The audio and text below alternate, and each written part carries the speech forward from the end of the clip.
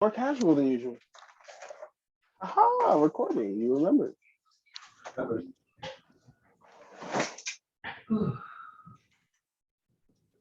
It was a struggle to get here. I was tired. Oh yeah, I've been there before. Are you but wait, our sleeping habits are both different than normal, right? Are you still doing the same? Yeah, Actually, what were you doing? What do you do? to be more specific, because I do a lot. Okay, what are your sleeping habits, sir? Okay, my sleeping habits, Sunday through Thursday. Sunday through Thursday, I'm usually in bed, sleeping by 11 and awake at 5. Then I go to work. Okay. And then Saturday or Friday, I wake up at 5 and I go to bed around 2 a.m. Friday? Yeah, I wake up at 5 a.m. and go to bed at 2 a.m. And And that's then, going to bed Friday night, like early Saturday morning, right? 2 a.m. yes, Saturday morning. Okay, keep going. correct. Keep going. Keep going. I'm Saturday, I following. usually I sleep till whatever, and then I stay up till about 2. That's my sleep schedule. So Friday is fun night. Saturday is play it by ear. And then Sunday through Thursday is routine 11 to 5. Yeah, Gotcha. So before you used to do a up for 15 minutes or something like that in the middle. Because I remember I caught you one time at a wee AM hour and you oh, said, sometimes I'll wake up just whenever I check messages or whatever, I can't sleep or go to the bathroom. If it's a weekend, I might just stay up super late or be up super early.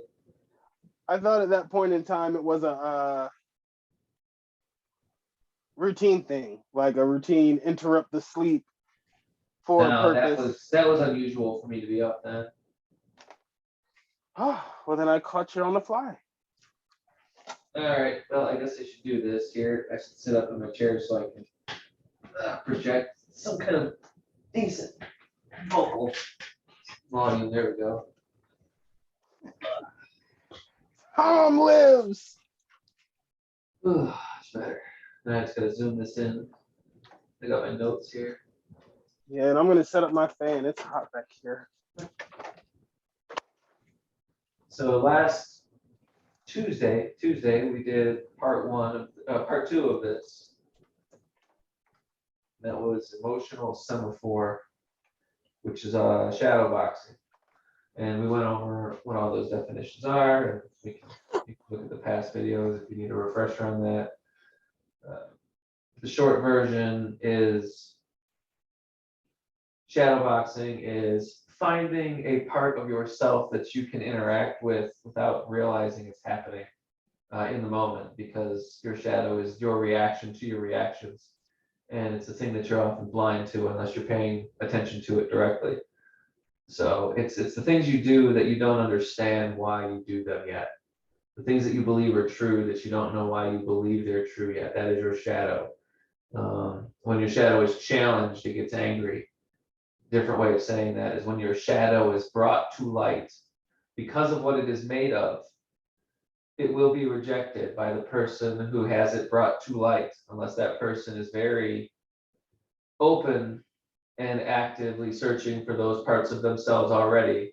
It's not a favor to most people when you show them part of their shadow. But even in that case, it looks the same, doesn't it? Sure does. Looks like the other person's being an asshole that keeps happening. So then, how can we judge accurately? You just have to judge better, to judge differently.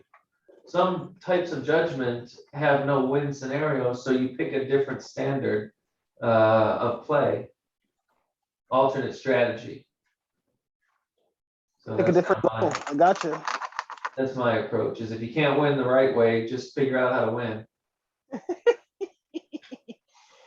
That sounds a whole lot like always have fun to me, or Close. it has to be fun. Yeah, exactly. I I feel would like so say much is.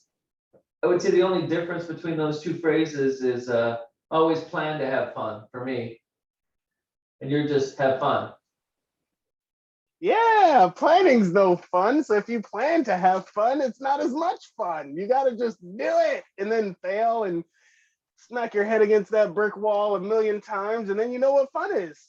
See, I love Then it when a you're plan safe and comes held sorry. together. That was a famous phrase for a lot of decades. What was?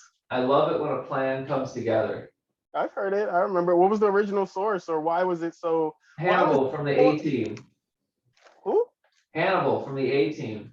Oh, okay. He would always say, I love it when a plan comes together. And in the movie, they had a really good line. They did a movie remake of the A Team, the reboot. That thing was really good, by the way, very true to the source material. A very good modern adaptation as well, and it was fun and silly. And Hannibal's sitting in prison talking to an FBI, deep state kind of guy who's trying to bust him out. And he just looks over at the table and he says, "You know who I am? Good evening, Patricia." Because do you know who I am? Because you give me a minute and I'm good. You give me an hour and I'm great. You give me 6 months and I'm unstoppable. And that to me is when a plan can be fun. Is when your plan builds a game that everybody plays and everybody's having a good time and you effortlessly and silently get what you want. That's a lot of fun to me.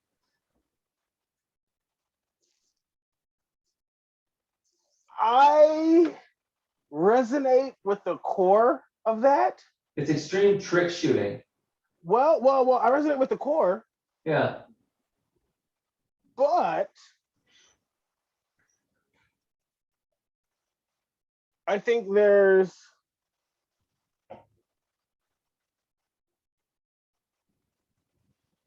so for me, my rule of make everything fun or everything has to be fun is an internal statement, not an external one, because not everything can be fun. Funny thing is, I've only been challenged a few times on that, and I've never had to say that. Like, I've never gotten to that conclusion with anybody. Well, Like, that's a limit of well, creativity. I That's don't get not to a that limit of limit. fun. Well, yeah, but I don't get to that limit because in conversation, because most people say you can't always have fun. And I say, that sounds like a personal problem. And that's usually all that, they can take. Because for me, who's self-employed, who feels like he's in complete control of every minute of his time, even Uh-huh. though he has a wife and kids, those are chosen priorities that I Mhm. could usually drop if I wanted to, or needed to, or chose to. Mhm. So when I say if it's not fun, don't do it, I think that's because I've made myself a fun life in a sense, and I Yeah. have control over that enough to be fun. So I don't have to plan it anymore because I feel like I've planned everything to now so that I can focus on the fun. I And would say as I'm most focusing on the people, fun, it's fun to focus on the future too. I would say fun is a good substitute word for love. Ooh, I like that. So, which you're not a fun-seeking person, you're a love-seeking person, and you seek love so much that whenever you find it, it's fun. A big life-changing experience for me that ties in a little bit of what you said. It's a yes and. In Uh-huh. college, I realized probably after my second year, after I got arrested with my best friend for underage drinking, like a year after that, I was thinking about how much fun that was. Mhm. And I realized The that drinking we or the could being be arrested? being arrested. It was so much Okay. fun in jail. We sang songs. We cried together on the way there. I kissed my best friend through the glass of the paddy wagon because she was a female, so she had to be locked on the other side of the van. And I realized about a year later, it doesn't fucking matter what happens in my life. Like I could be being tortured, but if I was next to my best friend, let's go. Yeah. Like, let's go. Come on, let's go get waterboarded in Russia for selling spies of the U.S. government or something. Seriously, there is app like so that being a realization I had that lets you even deeper into Tony to build the Tony machine or map Tony. But literally, I realized that a year after I got arrested when I was I think I was 17. No, I was 18. Yeah, I was 18. So I was 18 at the time. And it was until way later that I actually formed the strong conclusion, the Payoga principle in my heart. Before this is 5 years before Payoga, before I even thought about the phrase or developed the concept. And it's just if I'm with it, the core concept is it doesn't matter what I'm doing. It matters who I'm doing it with. Yeah. because I could do anything with the right people. Why is my alarm going off? Oh, never mind. That's the So if I were doing a shadow boxing exercise on myself, and we might be different, so my tools might not work for you. If you have the ability to make just about everything under the sun fun, but you can't do that for planning, I don't think the problem is with your ability to produce fun. I think it's an ability to view planning in a way that would make it fun. So there's some sort of block, and behind that block is where the fun of planning lives. And if you could find that, that block would go away. And I would agree, but I didn't say that I couldn't make planning fun. I said planning wasn't fun. And something that I realized this morning, I think. When you say it, you make it true. It is true. Planning isn't fun. Doesn't mean it can't be. Fun for you. I didn't say it was for me. That's implied, and you jumped on it, but I didn't say it. You can't hold me to it. I can't hold you to anything if you're going to speak for everyone. I didn't speak for everyone. You didn't tie your statement to you. I tied it to you when you agreed. Not that I couldn't. I didn't agree that I couldn't make it fun. Planning isn't fun is a very different phrase than planning isn't fun for me. Agreed. And I didn't say it wasn't fun for me. I said it wasn't fun. I made an objective statement that I can back up with a lot of other people's perspectives. So that's an anecdotal fallacy there. I think planning is great. I have a lot of fun. So I don't exist. What I realized this morning, especially in our last conversation, the way that we operate through people, remember how I told you in order for us to map each other, we have to know intent? Mm-hmm. I think that's because our default isn't to see through our own eyes. You're blind, and I trained myself for it. Mm-hmm. Our default, when I speak, one of the reasons I put I can hide, I had a great status. I can hide behind my words any way I want to. Yeah, except for me. That's because I think that's because I speak from all perspectives, in a sense. Like, the words themselves don't carry any meaning without context. And I require other people to put that context in. So just like you did when you attributed me saying planning isn't fun to me saying planning isn't fun for me, to me, those are two totally different sentences. And I did not say one of them. So the next shadow that I would fight based on that lengthy explanation would be the lengths at which you go to not be certain. Yeah. Would be another thing that I would explore personally as a shadow boxing exercise. Why? And what happens when you try to do it on purpose? Or can you even make yourself try to do it on purpose? That's where the real fun is. So now I'm going to dive into my subjective statements here and begin the lesson. So Patricia, this is shadow boxing from the other side. This is my meditation notes, and this is how I shadow box with myself. So each of these readings that I'm going to do is a specific opponent, if you will. And before I wrote this particular note, whatever this note might be, because they're all going to be different, I was living in a life that didn't fully understand this concept as it's written. And I'm making a little note here as to what I've learned by figuring it out. So that's the process. So I'm going to read, I'm going to explain, and then I'm going to keep going. And whoever's got things to jump in to say, if it makes sense, feel free to chime in. If you just want to follow along, that's fine too. All right, so I'm going to pick up where we left off. Learn to understand that people can love you without needing to understand all of your unspoken ideas. Yeah, that was a good one. I was struggling with effective communication versus analyzing intent. And so I was mistaking challenges of information because people were saying they were challenges of information and I was answering them, but really the goal was to avoid engaging at all. So I was missing intent there, and that helped me kind of recalibrate that missing thing. Here's a good one. Learn to understand how much you don't know about what it means to be cared about. Yeah, I get people that try to care about me all the time. It's not understanding how they do that that holds me back. Certain people might do things that I think is annoying, and that behavior is repetitive. But that's my perspective. And if I took a closer look at what that person is trying to do, what that person has to work with, and what that person has in their heart, that same activity goes from annoying to enlightening, comforting, and because you can see it for what it is instead of for how it makes you feel. Like it feels like an attack, but it's really not. That's what I was struggling with when I said learn how to understand how much you don't know about what it means to be cared about. Is I was learning and recognizing how much care I was throwing away like it didn't matter because I felt like I didn't need it. Do you not try to manipulate it? I don't I feel understand like- what that means. Okay, I'll I go try to further. recognize it right now. All I right, had- so so I didn't see it before I wrote that. That was my first time of seeing it. okay, so the parts I latched onto and what you said really connect with what I was just talking about within an hour before this meeting. And So it was these about notes for energy. perspective. These notes for perspective are about 4 months old. About what? These notes for your perspective are about 4 months old.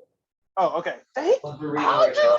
know? When you said number 2, I think my next question was when, because we've known each other long enough for you to talk about that concept enough, and I've seen a little bit of change. So yeah, that was a question I had that was earlier that you just answered that I didn't ask. Thank you. But There's a chronological record of my ideas. Yes. all right. So right before this call, I was talking about energy, and I was talking to somebody who is a Christian and believes in good energy and whatnot, and I told her that all things are working for my good. I work in energy and speak in vibes, and I believe energy is neutral, so it could all be potentially good. And so you said if somebody's annoyed, the point was learning how much you don't know about how to be cared for. And the analogy you gave was about if someone's trying to care for you and you find them annoying or they're annoying you, about how you take that as a personal reflection. Now, I understand these are, Tom's notes and Tom's machine, but the application, I mean, you wouldn't just say it if it didn't apply. You're looking for the universal truths that we also agree with. So with that in mind, I ask, can we use an analogy of a child? Because, Well, Paul, From my you can use whatever you want. well, I mean, yeah, I mean, like, can you give me one? You said a person is annoying. Children are annoying, especially when they're trying to be Say helpful. that you like to be alone, and that's your natural state of mind. You like a quiet environment. And somebody comes in busting up the place with high energy, or they don't have the right social cues and they make you feel awkward. They're trying their best to connect with you. That's my perspective. So if I view it that way, all of But those what's other that- things might still be true, and I might tell them they're being annoying, but I would do so with love in my heart because I know that they're approaching me with love in their heart, and honesty is the best policy there, so long as it's complete honesty, which is complete enough to say, you know what, this is my problem, not yours, and we're gonna keep being friends because I'm gonna work on this. I just remembered the point that made me speak up. And it was, I said, don't you use that energy? Because if someone wants to care for you genuinely, no matter how they want to care for you, and let's take a BDSM person, for example, because I don't consider myself BDSM, so I don't like pain is not pleasure for me. But if someone wanted to care for me by giving me pain in some way that was pleasurable for them, then I try to look for a way to use that energy.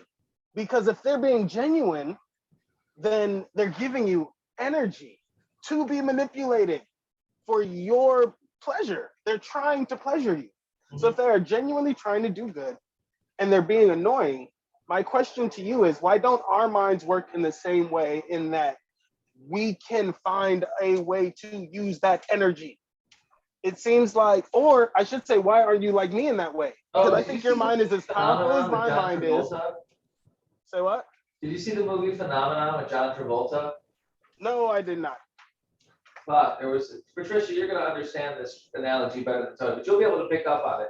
So John Travolta, he gets this thing that happens, and I won't spoil it too much, but he gets these incredible genius powers. And he's just a farmer, a country bumpkin type guy, and he's I'm given good the with gift of spoilers. intelligence. So later on in the movie, he's at a flea market talking to people, and he does this thing with his hands where he puts his hand over the sunglasses, and he does this thing, and the sunglasses start to move even though he's not touching them. And the person looking says, how did you do that? How did you make the sunglasses move like that? And he said, I didn't make them do anything, I asked them. So for me, the way that I view social interaction is there's a proper way to ask every question to get the answer you want. So I don't worry about using energy in that way. I learn to recognize which energy is and isn't okay to go when and where, and figure out how to calibrate my inquiry to perfectly match the preferred method of delivery for each person, which is different. All right. If we are as close as I think we are, then You're the gate master and I'm the key master.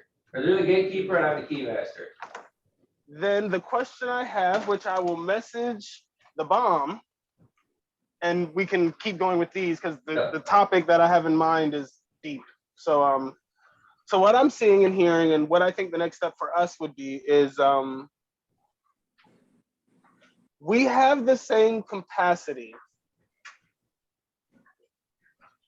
to recognize the things in others, like the essential facet here is them being genuinely wanting to help us. Actually, yeah, that's it. I think, or I can't get, okay, if someone genuinely wants to help, but we don't find them useful, what should the next step be? Maybe. Yeah, and I'll just leave it like that. What should the next step be?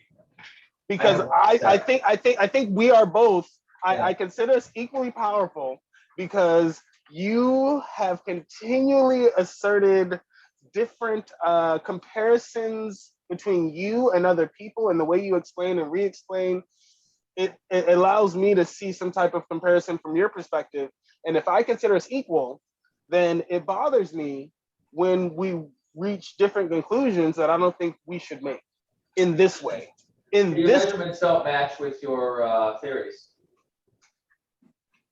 About if, so for me, what this means is either I should be able to say I'm smarter than you, or I know more than you, so I did it this way, or you're smarter than me and you know more than me, and that's why you did it your way. And I should be able to draw a lot. Like, to me, there's a disconnect that can. You're having an intelligence contest with somebody who operates by let's change it. Let's change it from. I use creativity. So you're having an intelligence contest. We're only limited by our creativity. No, we're only limited by our patience and creativity. And that's why I phrased the question in the bomb as openly as I did. My answer to that question was, the first thing I would do is re-examine why I think my creativity is so limited. So when you're annoyed, you look, like I said, it's a deep topic. No, somebody's not useful. That would be my first answer, is why am I so useless at being creative as to how this person could be useful? That would be my first approach. I would challenge the assumption. Guaranteed we could do a solid month on this. So I'm good to keep going with the steps. We got something written in the bomb. Good. We're good. That's a wonderful tangent, a wonderful spark. All right. Here's the next one. Learn to understand that when things you love betray you, how much you betray all the good things about them that you used to know how to do. So when I wrote that, can you just repeat that one more time first? Yeah. Learn to understand that when things you love betray you, how much you betray the good things about them that you used to know how to do. For example, say that you have a relationship with somebody that you really care about, and that relationship lasts for 5 years, and it goes really south to the point where you become estranged. Then all of a sudden you don't go to that restaurant you used to like because you two always went there. That's one small example of how that can manifest. And what I was finding out was large chunks of my personality had been affected by past trauma and betrayal, where I had thrown away positive qualities that were strongly associated with the person that I had a very negative reaction to. So I got rid of the things that I experienced negatively, but I got rid of all of the things and threw out a bunch of useful and necessary parts of my own ego that I had written off as irrelevant. So I was discovering that me reacting poorly to betrayal was causing me to cut myself off from parts of myself more than should have been necessary to handle whatever I was going through at that time. Like it wasn't a wise way to handle loss, and I was losing large bits of myself by him doing it that way. That was that one. That was a tough one.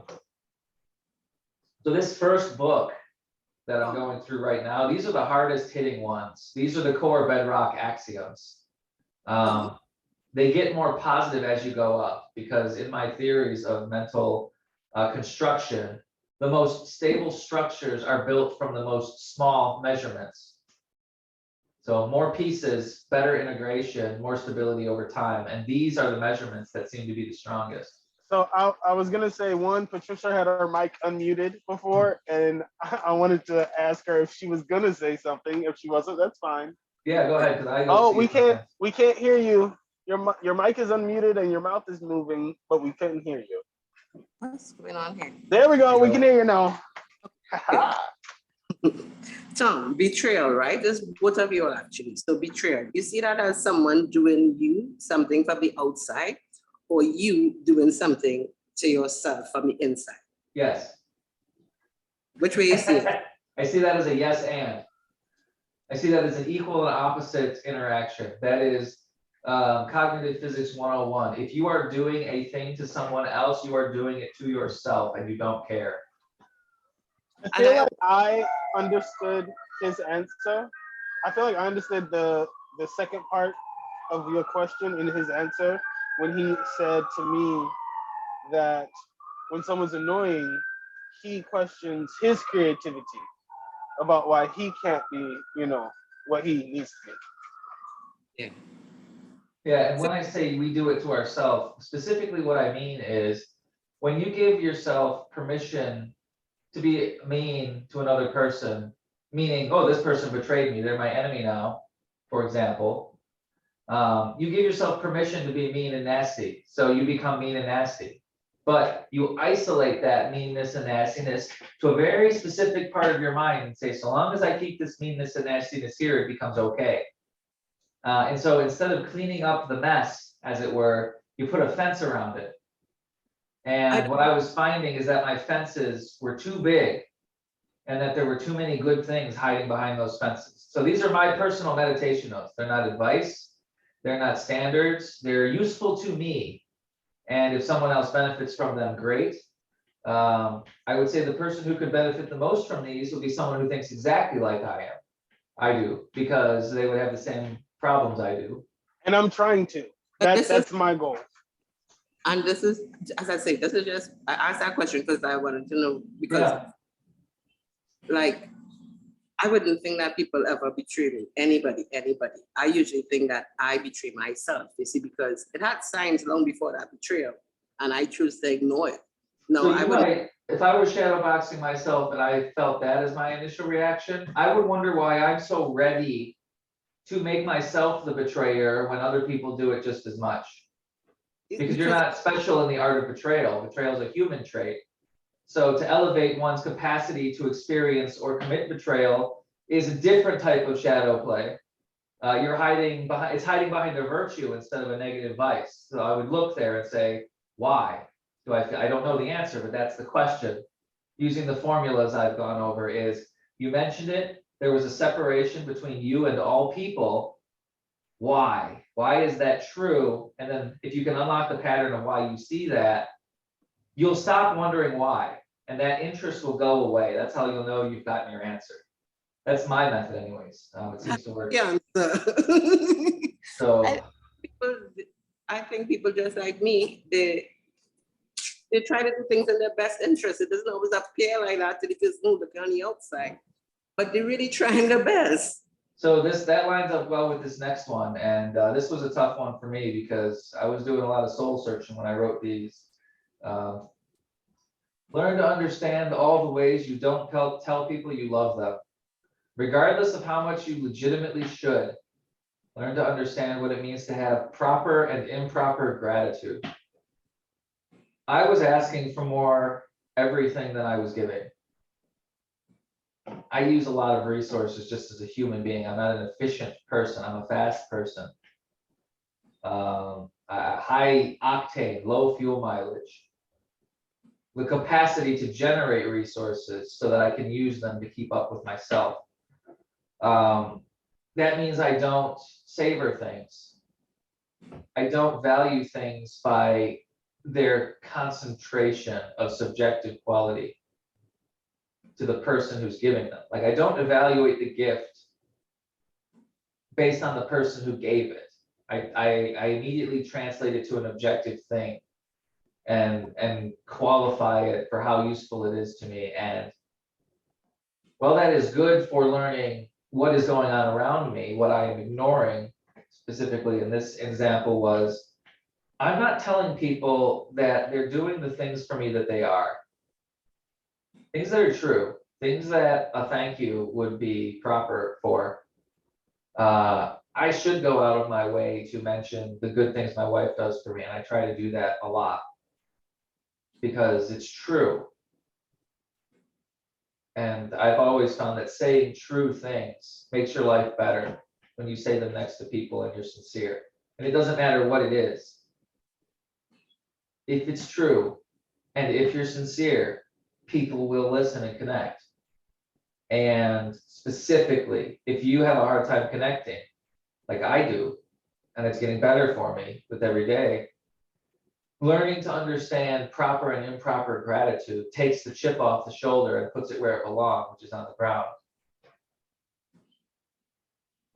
So that's what I was going through when I read that one. The next one, learn to understand what it takes to make you budge more than zero when someone is legitimately trying to meet you halfway. Learn to see your own lack of imagination. So yeah, am I being stubborn in my perspective because I know it works when I could be more flexible and figure out how it could work differently? Is 100% of my construction essential, or could it be substituted with different parts that do the same thing? Do I have the patience to find what those different parts look like and turn them into words I can understand and the other person can understand if some of my concepts are just incomprehensible? Because everybody has incomprehensible concepts to someone else. That's why they're our own ideas and we have such a hard time sharing them. So that was that one. Next one. So that was more or less, oh, here, that one went on. Learn about the ways the world around you can exist before you are allowed to be happy in it. Learn that you are making up impossible and acting like it's true all the time. That was some bad spelling there, but I can get the gist of what I was trying to say. Figure out what the world has to look like before you can be happy. And ask yourself if the list that you have made is impossible, or if it can even be written at all. So for me, that was not having a clear vision of what I wanted. I was just not happy and I wanted to be happy. But congratulations, Tom, you did it. You and every other human being who's ever had a problem with a bad day has reached that point. Way to go, buddy. Maybe it's time to do a little better and actually answer the question of what would make me happy. And so that's what I was trying to figure out there. Here's a good one. Learn to love the people you love when they aren't taking proper care of you. You'll need them when it's your turn in the barrel. Everyone gets a turn in the barrel. Have a barrel buddy or get the shaft. I go on to say, they say that shaft is a bad mo. Shut your mouth, what? I'm just talking about shaft, damn straight. I was feeling whimsical when I wrote that one.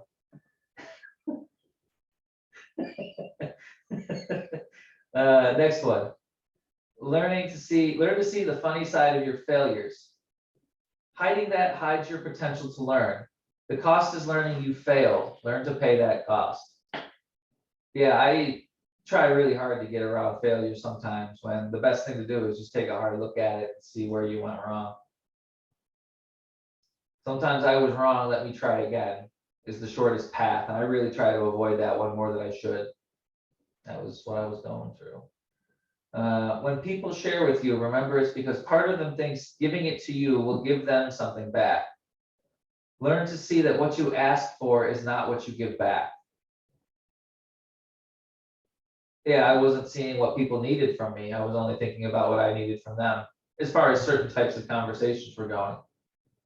I've got reciprocity down in many areas, but when it comes to understanding a person, sometimes I fall a little short because I don't have the patience, and that's a Tom thing.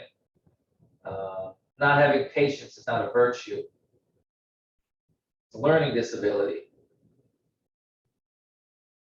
Enough said. Next one. Learn to tell people how they are good enough. You'll get good feedback on how they think you're good enough too. If you're lucky, what they say will be a surprise. Learn how you are not being properly thankful for others. That's just an extension of what I was going through. These things come out in themes. Like I'll figure out one idea and it'll shake loose like 3 or 4 adjacent measurements, and I'll kind of hammer it home. That's how I triangulate these ideas. So you could look at these as a subcluster of a higher dimensional topic where the geometry blends together to make a shape, and all of these points are the stable ones. That's why I usually like to have 3 or 4 or 8 measurements when I find a topic that's very insightful, very good for slicing perspective and a clean line.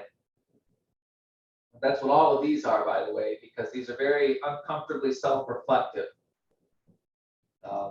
That's the best place to do an internal calibration, in my opinion. That's where you're going to get the most honest places of calm, is make it impossible for you to be calm unless you're doing it right, and you decide what that means. Learn how quickly you throw perfectly good things away when they don't immediately give you what you think is proper. If everyone did this, no one would ever think anything is proper at all. Learn how you do not give others the slack you wish they would give you. Enough said. I think that one's very cut and dry for me. I was being too hard on people, and as a result, being too hard on myself. Across the board, expectations were too unreasonably high. Or at least the standard was high when it could have been that high, and the associated feelings were not of a proper tone past a certain point. Like a high standard was automatically given a negative tone when that connection doesn't make sense. There should be pride there, not annoyance. So that was a way of me finding a calibration that was wrong. Next one. Learn how to easily make things bigger and smaller than they really are. You are the one who is smaller every time that occurs. Learn how to understand your own bias and how deeply it works against you. Yeah, that was me just reminding myself in a different way. I can't even remember the way that I understood that specifically, because that point is a point that I come to from many different directions. So every time I find a new direction to reach it, I write that down because that's a confirmation of an existing path. That comment is a node. A lot of things run through that one. And so whenever I find a new version of it, I write it down. Yeah, anytime you can rewrite an idea that you've had before from a completely different perspective, do it. Because then you have a comparison. And 2 points plus a subjective ability to move between them is everything you need to make a full measurement of what is and what is different. Otherwise, you're just measuring what is, which is difficult without a comparative point. That's a different lecture. Next one. Learn to understand how you fail yourself by not asking yourself tougher questions. Yeah, I let myself off the hook all the time when it comes to certain things. Can't give yourself a break and give everyone else a hard time. That's a good one. When it comes to your questions, you got to be willing to dish it out and take it. Learn to understand when you are failing. Learn how you are the reason your plans don't work out. That was me chipping away at the old entitlement there. No, I'm a special guy. I got everything going on. Why does the world just fall at my feet? I'm a superhero. I'm the king of my story. I'm going to change the world. So why can't I do this thing that seems easy? Well, it's because it's my fault. I love that dude.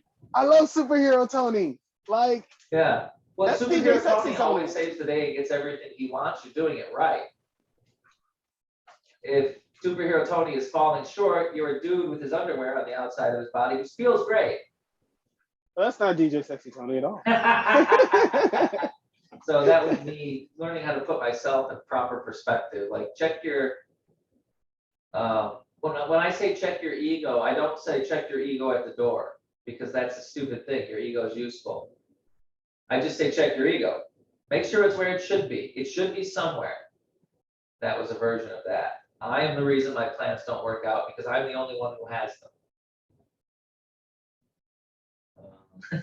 If someone else needed to do something and I didn't make them make that happen, that's on me as well, because they don't have clairvoyance on their list of mental powers. Or an undying attachment to everything that I care about in any given moment. Like, your finger is not on that pulse. I shouldn't expect it to be. Next one. Learn to remember the victories you celebrated, even after you've lost. Even after you've lost the war. Learn how you lose the good and the bad. Learn how you run from fond memories next to ones you would rather not remember at all. Yeah, that was me trying to figure out how to remember my childhood because it was all gone. So this was before I unlocked any of those repressed memories. I didn't know how to remember them because I didn't know why I couldn't remember them. And this was one of the first steps. If something good was next to a bad memory, I didn't remember anything. And most of my childhood had a haze of bad energy over it that I had to learn how to peel back before I could find anything at all. So it was a constant state that was background that just made memory retrieval and identification very difficult. Patricia, you unmuted? You good? Yeah, because I was actually thinking it took me about 30 years to recover my memory. When I was around 30, that's when I thought, because I just had, I mean, it just had like little bits and pieces, but it wasn't clear. And I realized that if ever I try to think about it, as soon as I reached there, I'll mentally run away in my mind. I just the other direction, and I do that. Good. I've got about 10% of my childhood memories back since I started working on this, and it's a process because there's other things in the way besides the things that I've figured out. So it's unlocking in chunks as I understand certain themes. Then the last one for this section of notes was learn to understand how it feels to the ones you love when you think they would be better if they did something you don't recognize. They already do this. Understand how you are too focused on phrasing and semantics to bother to translate their attempts of love into the language you can understand. That was another thing. Like, I had a secret handshake that people needed to do for me to be okay with how they were presenting information. And it was too strict. It's okay to have checks to see where and when and how, etc. But my flexibility still needed some help. I didn't know enough mental languages, and it was almost the equivalent of talking to a person who speaks a different language louder in the language that you understand. Like, it doesn't do anything. So that was my recognition there. So that was the first book. There's 7 more like this. And I'm just going to keep going here until I run out of time because I've got another 40 minutes. And I feel like these are very productive short examples. So you can. When things spike, I let you know. Yep. Also, Patricia, I loved me and Tom's interaction at the beginning, but please don't let us run away from you at all. What else? There's one more thing. Oh, also, when I say my things about Tom, it's based on the last, how long have we been doing this now? Been a minute. Yeah, it's been at least 6 months. Yeah. And most of the time it's been just me and him. So I think me and you are both really emotional people and he has emotional blindness. So I'm just letting you know that when I reach out to him and say things between me and him, it's based on 6 months of personal, I mean, in a sense, intimate, I mean, if it was a room with 20 people, the information may have been not received as clearly. But, because it was just us, I feel like there was a different connection there. Well, from a statistical perspective, as outliers, specifically the type of statistical outlier you are, you would feel an enormous connection. I would predict an enormous connection to someone who could actually find you. You're like, oh shit, he's actually here. Well, it better be his friend. Otherwise, something bad might happen. But in a room of 20, I can be dominant in the shadow. I usually rise to the leadership position of every group I'm in because everybody recognizes the way I work is usually best in a leadership position. Yeah. And so, I mean, working from, like, for example, I'd rather walk up to a group of 5 women than a woman sitting by herself. Why? Because if I have a table of 5 women and I go and I say, hey, how are you guys doing tonight? All Because I need they'll to pay attention give to them each other to and not appreciate him. my energy. And then from her appreciating my energy, I'm able to be welcomed in that space. You If can there's direct just their one energy to each other reliably and play off of their interactions with each other and keep Exactly. yourself from being measured while feeling a connection to the group. So it's He gets it. He complete- gets it. it's He complete- fucking gets it. Yeah, it's complete connection without the fear of intimacy getting in the way. It's an elaborate connection to avoid intimacy, which is why my Tony translation machine works at all. I said that was at the center of it. So yeah, it's just a rehash. Or the opposite of that. Like, it can be even more intimate because the same way how I said if there were 20 people. Well, it's a in the room, one-way intimacy. It's almost like looking at someone with a telescope and they don't know that you're watching them undress. it doesn't have to be. You can be Well, on they have a telescope too. See, that's what I try to do. I try to build the telescope I use so that someone else can have a one to see me as well. But whenever I ask you for telescope parts, you say, go over here and the box is empty. because we haven't discussed intentions. No, we haven't. We gotta, and I feel like we might have gotten there on a few electric, tangent points. I think we both maybe saw Zeus's lightning bolt, but I don't think either one of us think that this bomb is even a quarter built yet. I think we both have. I'm still looking for a lot of other pieces. Yeah, we both have extreme aspirations. I think we both see ourselves as vast potential. We both have vast potential. And I don't think we believe we can fathom our potential together yet to even like draw the end line if there was going to be one at this point. Oh, well, that's you had me up until the last part because I just have a mathematical model for scale. I like that. I like that. So like that a that's lot. why I get excited is I can guesstimate the size of it. But you're right, it's big and it's more than the sum of its parts. So your instincts aren't wrong. Tony, so Yes. ask you one more question. I want to ask you something up. But the table with the 5 women versus the table with 1 woman, right? You said you're sure to connect with one person between the 5? Was why you preferred that table? There's more social information that's free floating in a larger group of interactions. So getting calibration is easier. Both of you are frozen. My internet probably. Yeah, okay. My connection was breaking up. I'm switching to the. All right, now I'm back on the phone, no Wi-Fi.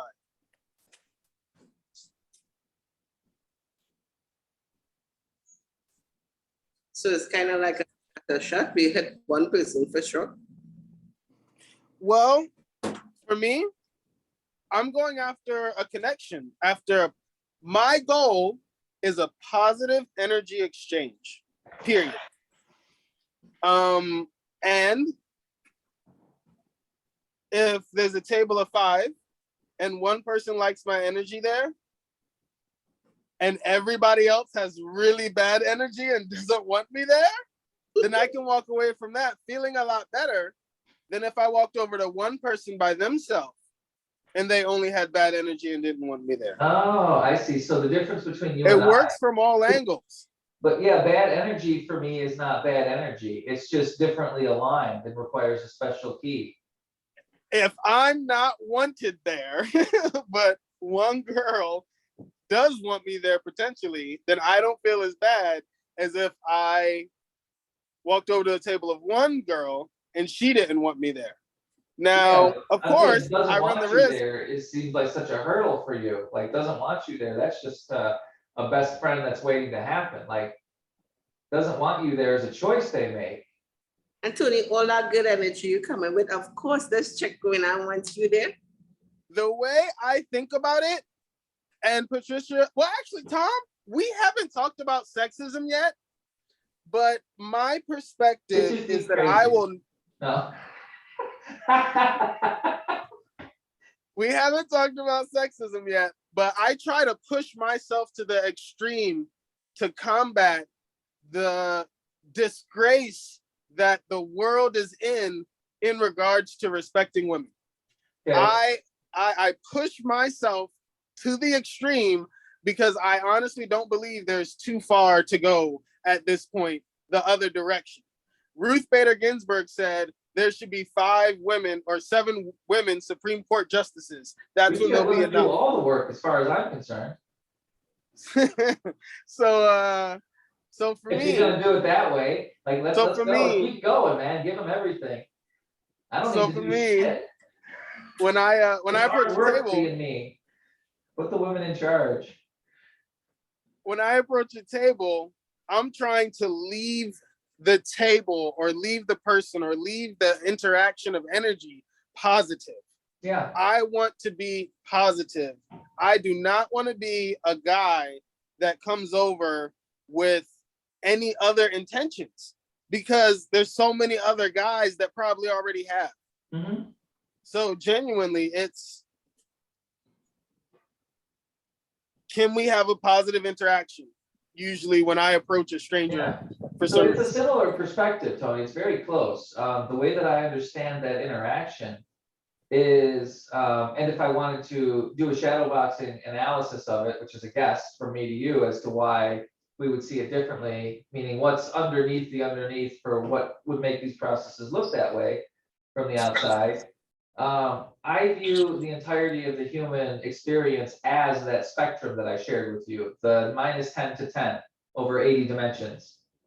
So if I think that's true, and I know how to interact with it in ways that produce reliable results, which I say I can do, that means that somebody in a specific state has the potential to be any other specific state that I can understand. And that means that it is a specific type of wave addition that would get them to that state. So somebody not being in a receptive state to me is a temporary condition because they are half of a wave function that they haven't met yet.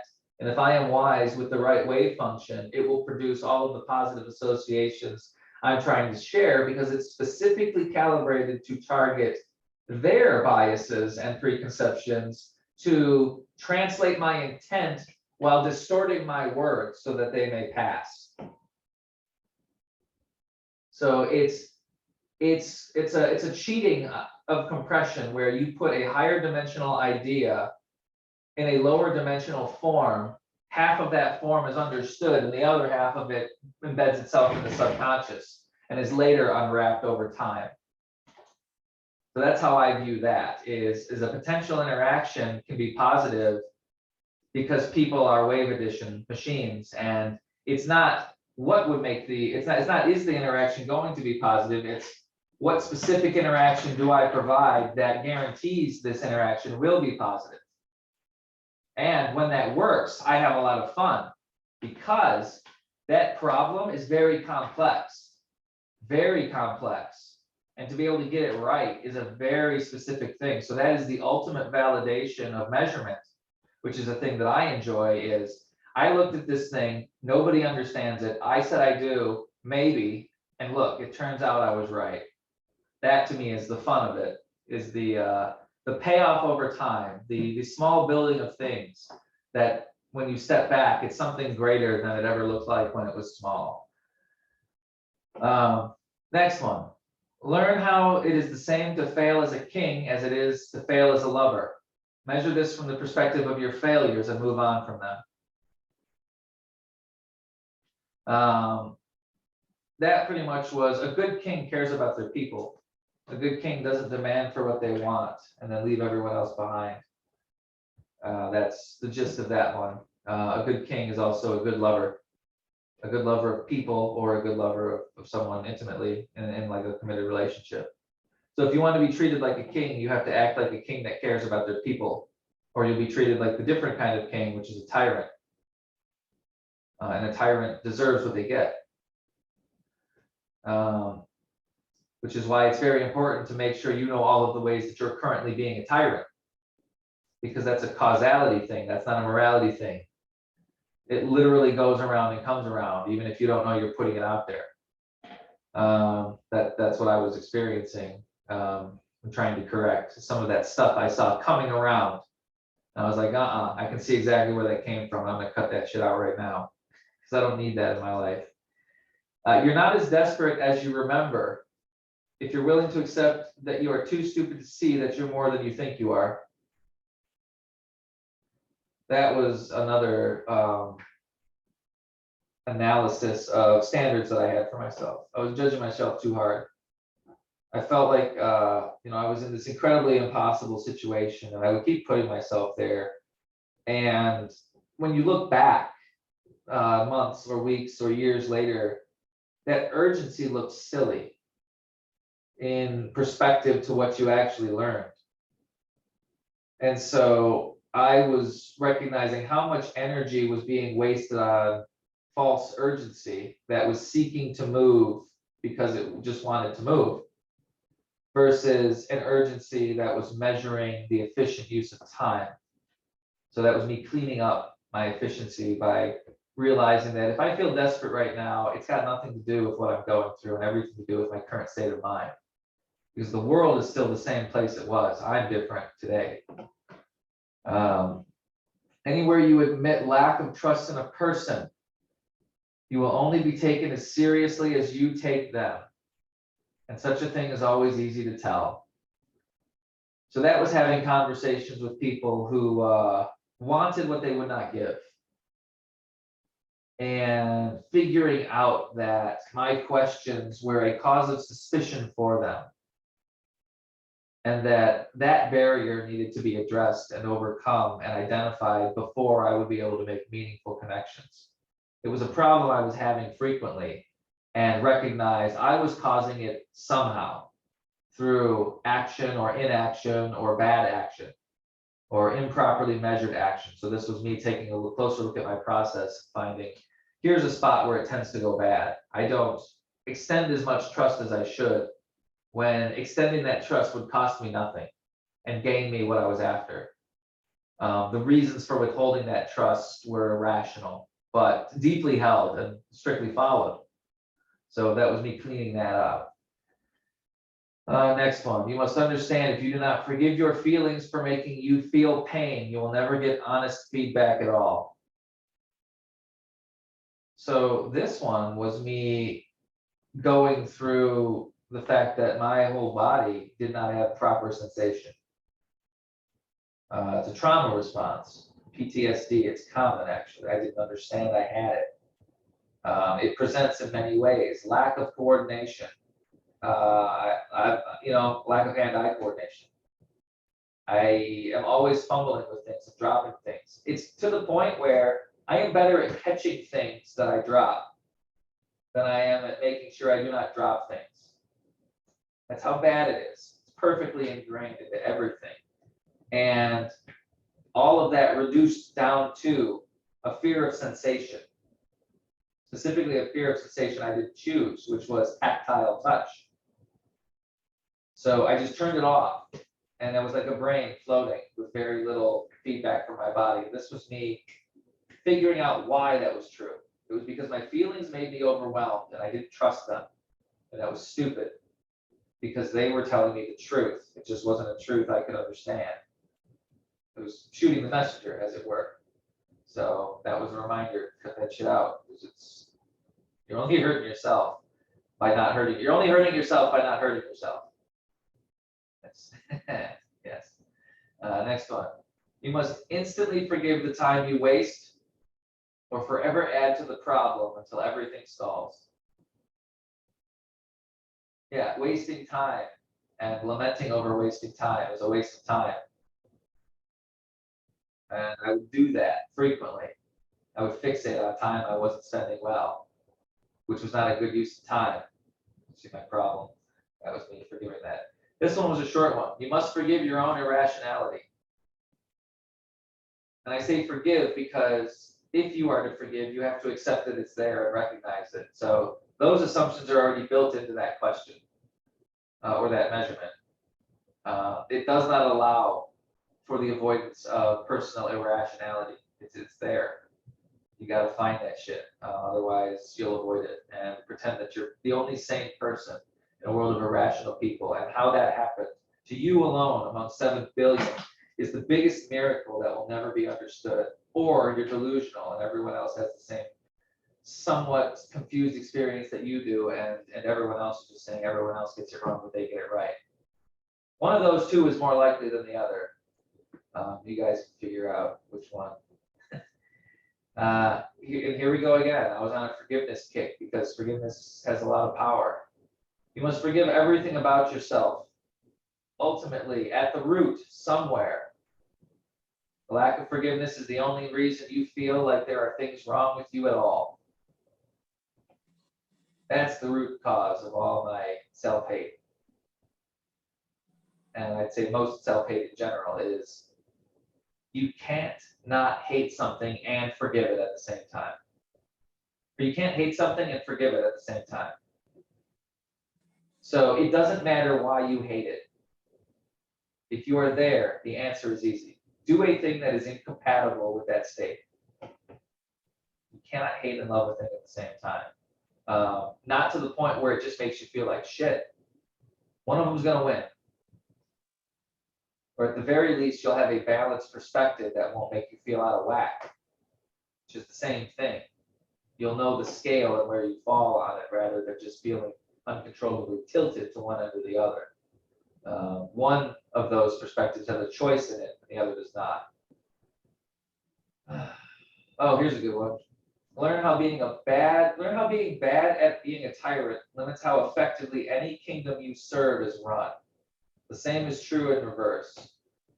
So learn at how being bad at being a tyrant, which means being a better tyrant makes you a better leader, was my point. Why would I say that? Notice I don't say practice being a tyrant better. No, learn how being bad at being a tyrant limits how effectively a kingdom can run. What do tyrants do? That's the analysis there. How do you be good at that? How could you be a better tyrant than them? Because if you can understand that, then you can understand how to prevent situations which would allow that type of tyranny to exist.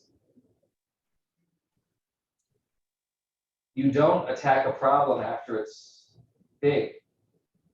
You prevent the problem from happening at all. Which is why good leaders are thankless positions. They're like goalies in hockey. They're only judged by the ones they let pass.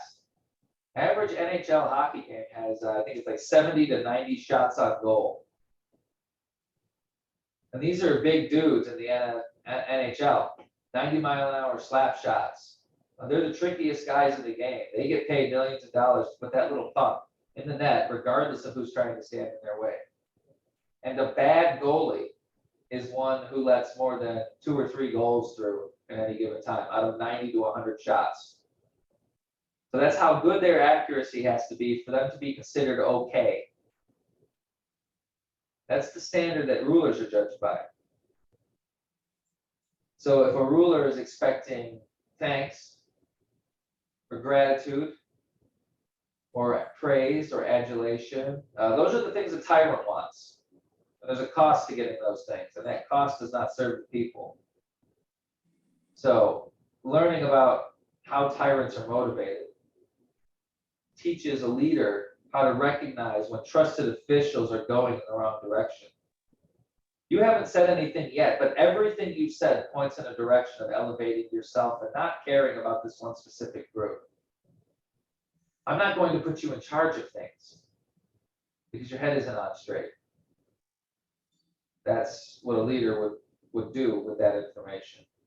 They would use it to spot the tyranny. And you can't spot a thing you don't understand. So if you can't explain a thing, you can't understand it, period.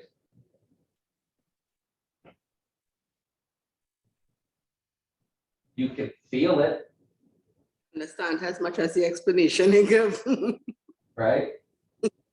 Like you can sense it, you do not understand it. Because you couldn't build it if you didn't have it next to you.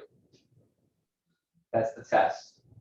Could you recreate it as it is and explain it to someone else and teach them to recreate it as you have? That's the test of understanding, at least the one I use. There's easier tests. I don't like easy tests because the tests in life seem to have a higher difficulty than the ones most people seem comfortable with passing. Here's a good one. You must forgive sensibilities. I'd like to question your last statements. Question? You said if you can't explain it, you don't understand it. But, and then you give the analogy of recreating it without it being there. Let's take this back to Monday night with me and you and music. I understand music. Do you understand you how I can play the recreate guitar? No, this isn't about you. I understand music All of as it? music. I understand notes and how they work and the theory and the processes and the vibrations and how Is that all different music instruments is? resonate. That's what music is defined as.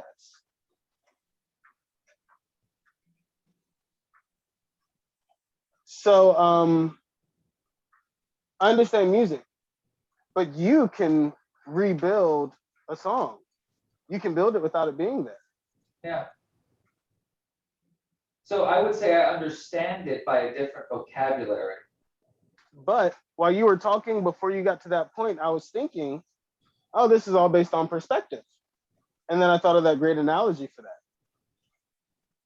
Does it fit is the question. Yeah. So what I would say Perspective is a important. Yeah. So the perspective about understanding, you have to bind that question. Remember, you have to set a limit for the question. Otherwise, it's do you understand becomes a monkey's paw. It's whatever you want it to be. So when we say, do you understand music? You have to put a scale in mind or a qualifier. Do you understand music? I could say yes. And if I know the melody to Twinkle, Twinkle, Little Star, that would be a sufficient explanation for me to say, aha, I've chosen to say I understand music. And technically I would be correct because I'm setting the definitions ahead of time to mean that the way I understand music means I understand music. But what I could not say is I understand music the way that Tony understands music, which includes the ability to break down the notes and use these predetermined mathematical formulas to anticipate the construction of sound music ahead of time without experiencing it firsthand. I can't understand that or recreate it. And so in the same way, I would say that while Tony understands music by that definition, Tony has no fucking clue what I do with that guitar yet. So how I understand music and the guitar has built this thing that I could slice down to the atom and recreate layer by layer, much the same way that you could, and That produce just sounds a like stable and unique guitar. thing. That just sounds like guitar though. By music, I mean a connotative definition of I've Yes. credit. So my point was not that you didn't have a good definition. My point was that you were deciding what the definition meant. But isn't that the same? But isn't that context relevant to the word understanding in your initial statement just as true? It's included.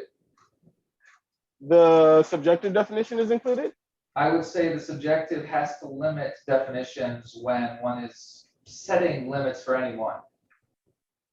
So you can have those limits, you just have to say what they are. Because other people won't know. BYO, bring your own opinion. Like you got to bring all of it. Next one here. You must forgive sensibilities. You must forgive sense. You must forgive energy. All share the blame and all have separate guilt. Do them all at once in the same place to save time from having to go back. That was the beginning of my repressed memory algorithm recovery. That later turned into something more fleshed out. That was the feeling behind forgive your mind, forgive your subconscious, forgive your body for the things they got wrong. That was what I was learning. And when you forgive them, you gain access to what they can do again. Because the betrayal stuff that I was saying, when that stuff betrays you internally, you can spot your patterns externally with betrayal. Then once you understand how you respond to betrayal, you can look for that same behavior pattern internally. And this is one of the things I found. It's a more subtle thing that was hiding, but that's how I found it. Follow the white rabbit, as they say in Alice in Wonderland. They have a Netflix show called The Magicians. And if you haven't seen it, I highly recommend it because it's metaphorically a great constructor for the different types of special mental things that people learn how to do with their life, and they try to share to make their world better. They use magic as the metaphor for that.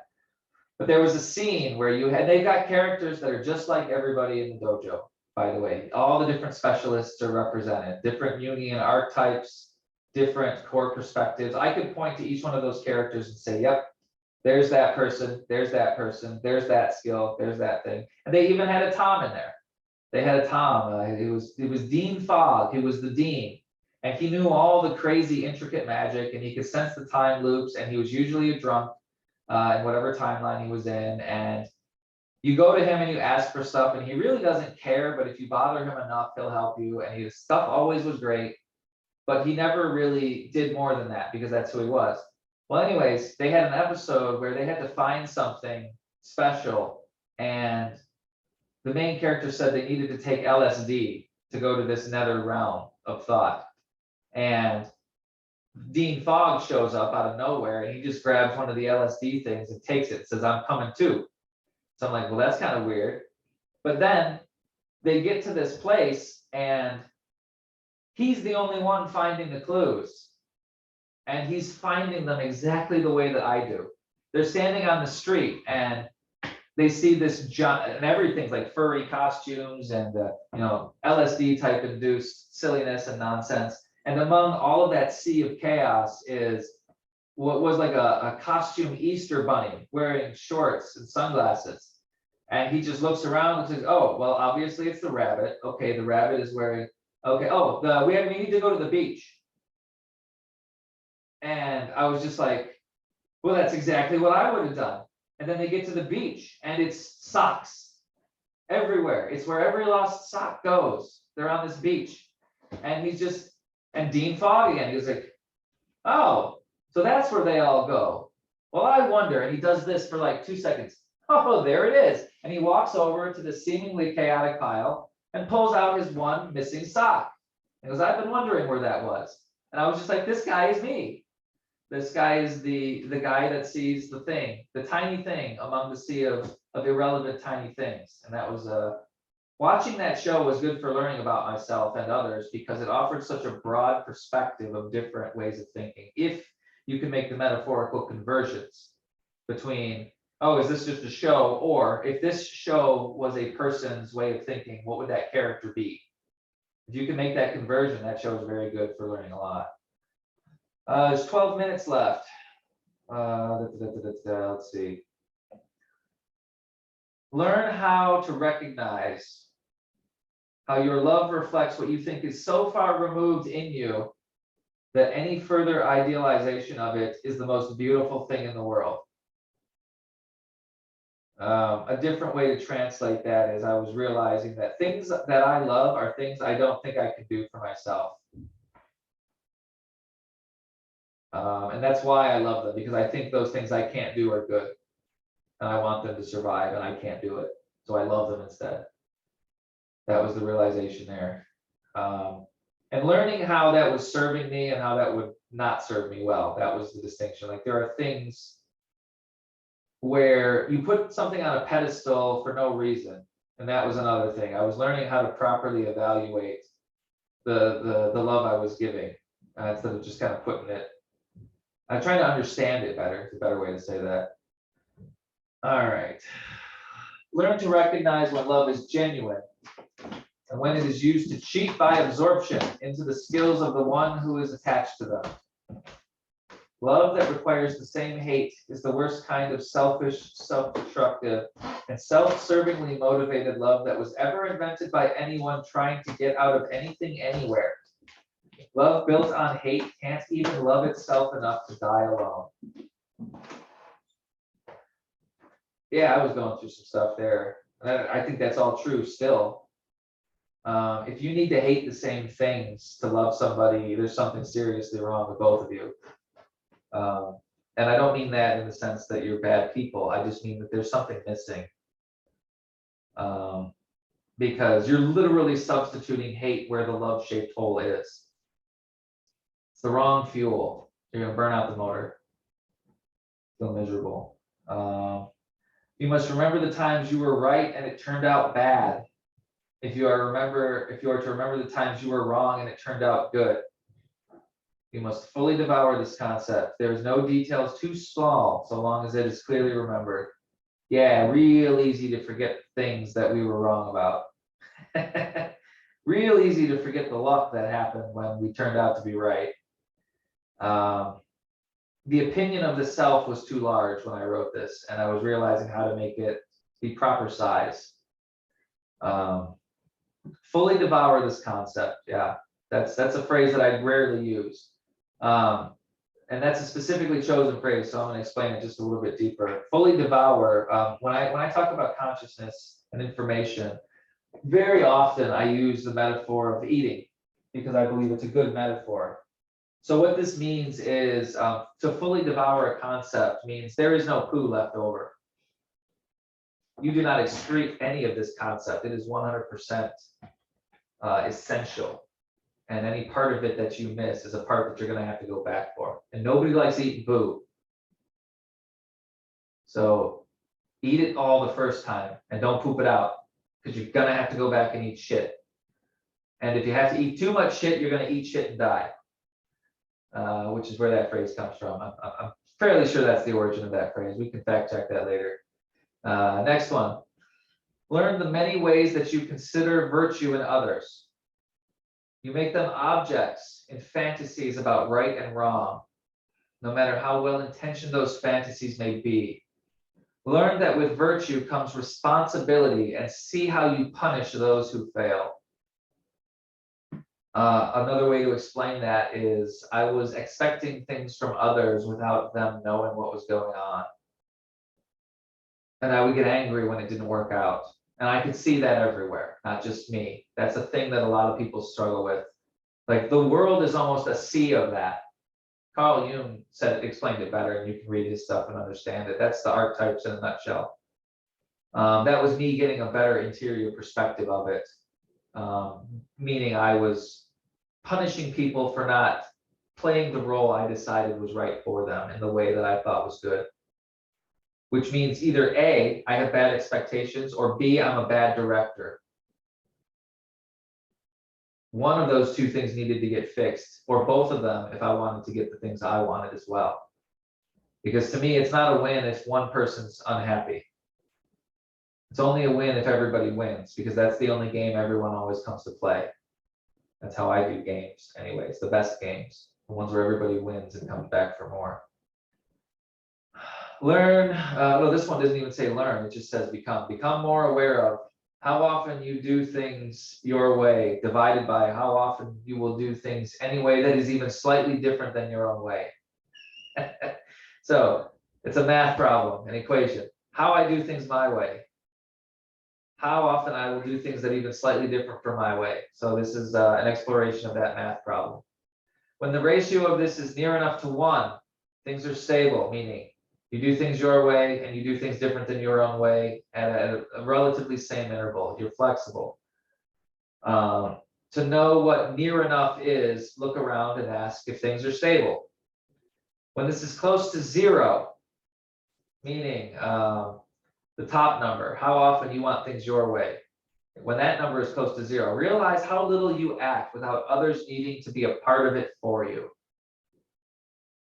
That means you do not weigh your own wants at all, and they become 0, and you're absorbed by how often other things want to do things.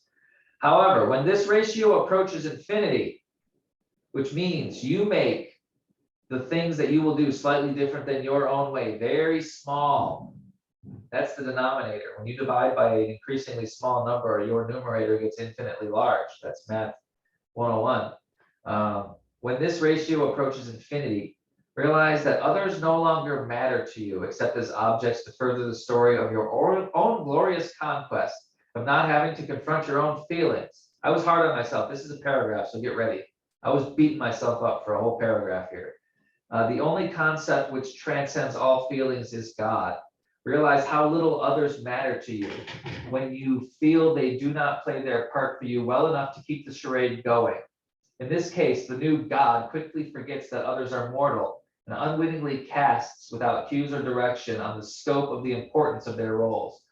To criticize a lack of omniscience is to assume that it is accessible at all. And if it is, an omniscient being would be able to tell the difference between lack of knowledge and lack of intent and get it sorted right there at the start. Realize their mistakes are plot holes in your fantasy about them. Realize they prove themselves equal to you, and you impotent by making yourself reliant on them to perform correctly for you to be able to function at all. So that was a big chunk right there. More or less, how much do I blame others for my impotence when they don't do what I need them to? How many of my plans fall through because someone else doesn't do what I think they should? How much of my judgment is centered around bad expectations? This was me giving myself a nice little reality check about what it means to care about other people and what you can't do if you're going to do that. And I'd like to think I do a version of caring about people that I understand, but I'd be a fool if I thought that I currently, as I exist now, am capable of experience the potential I haven't found yet. And if my goal is to improve how I can care about other people, it would be stupid of me to assume that I'm at my maximum final score currently, because I'm not dead yet and I still have things to try. So that was me opening the playing field back up and saying, you're not finished, you really haven't even started, and here's what you can work on first. So that was almost like the setting of a new goal and the reasons why that goal was important and necessary. I've got 3 minutes left, so I got 1 or 2 more. A lot of people will not believe you are honest when you tell them it's possible to understand the world the way you have always done before. Learn to see you are no better multiplied by every person that you've done it to before. Learn to see it so you can act and forgive that. Meaning someone tells you they understand a thing and you tell them they don't. If that's how understanding things works, then all it takes is 2 people to say you don't understand what you are saying when you say they don't understand it. It's a stupid way to measure what people know. And it multiplies every time you do it. So yes, let's see here. Next one. When the desire to have someone else be the better person has you at a loss every time.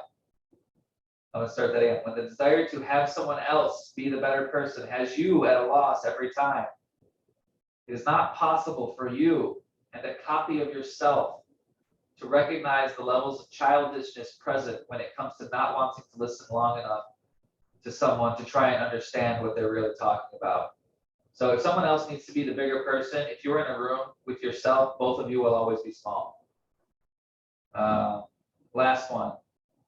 When the desire to have another lead is found, but the ego demands they are the most qualified to be in charge, it is impossible for that person and a copy of that person to produce anything of additional value at all. Meaning, if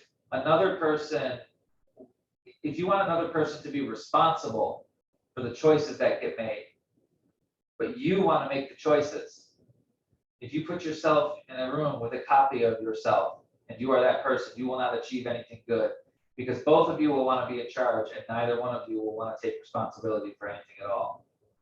That was the, how much am I willing to do the things I'm asking of others? Am I asking for things fairly? Could I do the things I'm asking? And just putting that in the proper perspective. That was what I was thinking about when I wrote that. All right, that's where I'm going to end it here. I think that's enough shadow boxing. In my notes, there's 5 more volumes of these that I've gone through. These are all my shadow boxing notes. And I'm working on the next one as we as we speak. I get, one every couple weeks, what I churn out, it seems. Sometimes I'll write a couple every day for a while. Sometimes I'll go a week and I won't have one, but some days like today, for some reason, I had like 10 of them. It all depends, but those are out there. And if you want to see what it looks like to shadow box yourself on a regular basis, like it's your job, because that's how I treat it. Every day there's time devoted to this, because I think it's important. I have yet to write one of these things down and it doesn't boost my potential. So I keep doing it. So if you want to see more of how I shadow box and you want to take on the opponents I have, some of them will be easy and some of them you may never heard about before. But all of them I found to be useful when fully understood. So I invite you to check those notes out if you would. Patricia, you said you had a question before we wrapped up tonight. So go ahead with that if you could. So this is for you, Anthony, right? So tell me about your observation of me, because you guys observe everything and come When on. Tony's talking, I'm going to grab some water because I'm pretty thirsty. Tony, you first.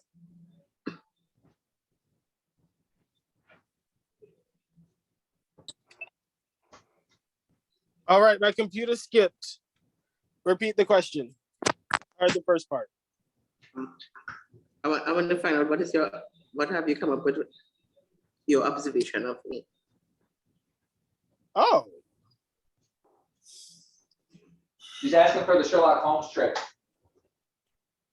What's that, Tom? I said she's asking for the Sherlock Holmes trick. well, my Sherlock Holmes trick works based on listening to what people have said. I consider a lot of people who say that they're empathetic, people that actually just imagine how people are and then project that. So I pay very close attention to what people say. And usually how I say I can hide behind my words any way I want, I look for how people hide behind their words and what everything they say could mean. I've seen you express a lot of family love. I've seen you talk multiple times about falling on your sword. And that is an expression that is very unique. I haven't heard anyone else in the world say that. Typical. And you don't say it as if it's uncommon. Your comfort with it, I think, is a very important defining vibe about you. And I've listened to that. And that's what I've picked up. That's my Sherlock Holmes trick. Tom, your turn. So it's similar. It's a little different because I map differently. So when I map, Patricia, you're asking for the map. So let me triangulate it first and find the 0, 0. At your core, and this is a cheat for me because it's the only way I know how to measure people effectively. So I can't measure everybody effectively. But there's a certain personality trait that if it exists, my measurements are always spot on, and that's self-honesty. And measuring self-honesty is easy. You tell somebody they're wrong and see what they do. You tell somebody you were wrong and see what they do.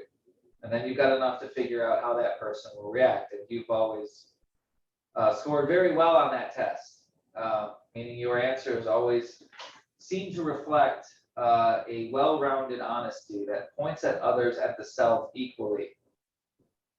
So I do see a balance of perspective, or more specifically, a desire for balanced perspective. And I see that you succeed in this in many ways when it comes to how to process difficult feelings.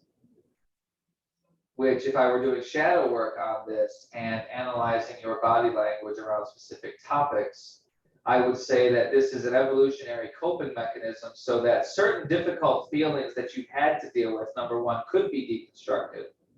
And number two, to learn how to deal with the reactions to the reactions that make you want to deconstruct things that are scarier that you won't touch.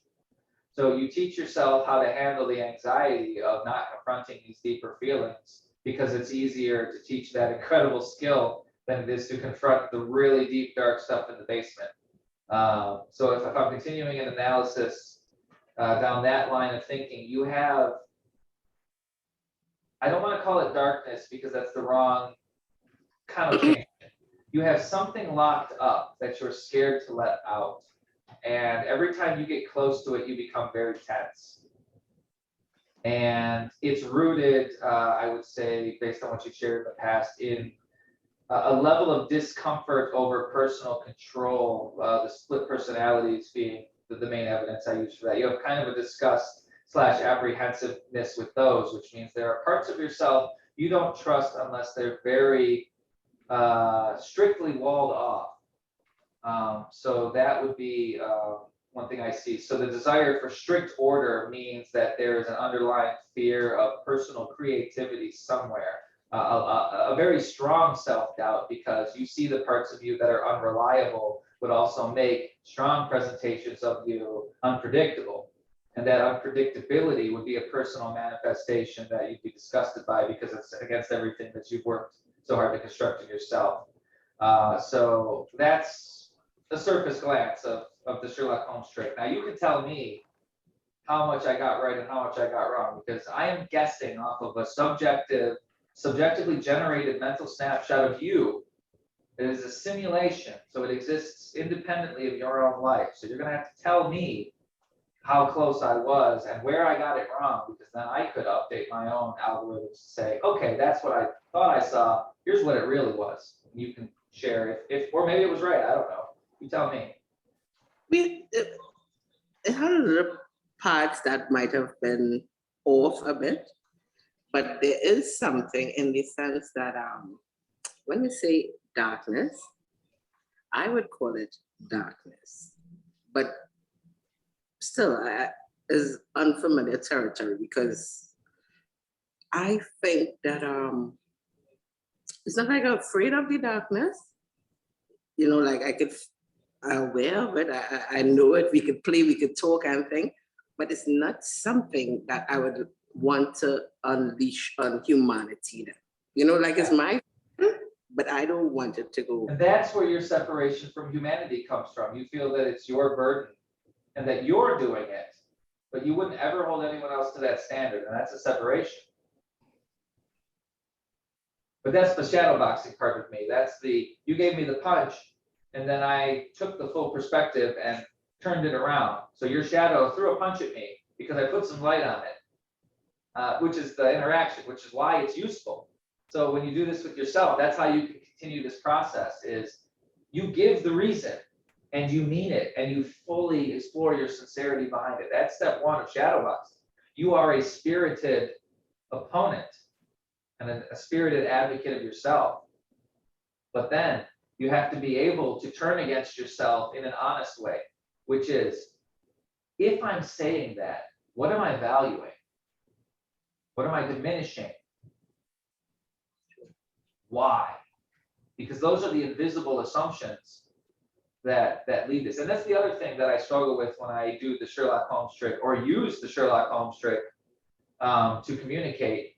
The things that I see sometimes are invisible to the people that I'm talking them to, or at least the way that I see them uses incomplete information from your perspective, because I'm literally shining light on the parts of you that I see that you're avoiding. But that's how I measure everything. I infer what is included. So it's like I will map everything you are by everything you tell me that you're not. And that's the fastest way to understand a person. However, asking a person to defend why they are not what they are not, when they can't make a clear distinction or they don't know how, appears hostile from an inwardly subjective perspective, because it is a challenging of assumption at the core level, specifically things you really would rather not talk about. Like if I asked you to give a public speech about what your darkness is capable of, I feel like that would make you uncomfortable, especially if you had to give examples of that that had real world consequences. Like if you were asked to use your darkness in a justifiable way to punish. Oh, your mic, go ahead. I could speak in front of people. Like the challenge for me was to speak to you all, like when it was the first meeting. I would never have guessed. Yeah, I know. I'm taking incredible, I take all the credit for my incredibly warm nature. I'd like to pat myself on the back for facilitating this personal growth. Tony, you were here too, so you can celebrate this moment as well. Trisha's growth in public speaking.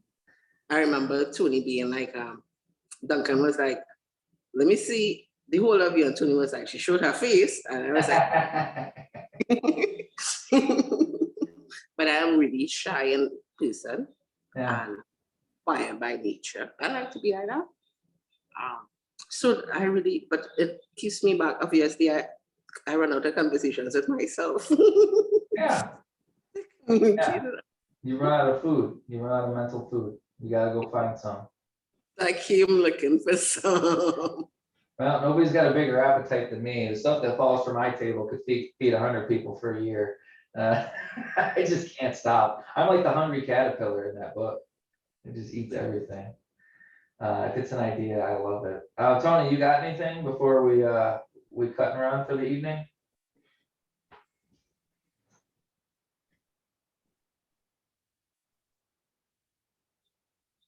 I see both cameras are off. He may be parenting at the moment.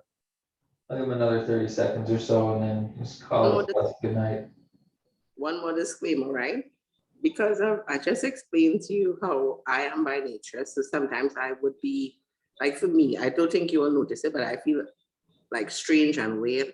So if you do see me act weird and I get quiet in the dojo, just understand that it's never something harmful. Mhm. Me getting over myself sometimes. Yeah, but we all play a game of Marco Polo, I think. And when someone doesn't give us the right polo, we question how we said Marco. Tony, you got anything? Tony's good. All right. Well, good night. I'm good. All right, well, thanks for joining us this week. We're gonna end this topic here. You can continue this, questions in the dojo. I'll talk about it anytime. To keep the lecture series moving. The next one will be Tuesday, and I'm trying to remember what the topic was. Mental illness? No, we already did mental illness. What was it? Let's see my notes. Doesn't matter. I'll post it. There'll be plenty of time. Thanks for watching, everybody. Series is getting close to being over, so savor it while it lasts.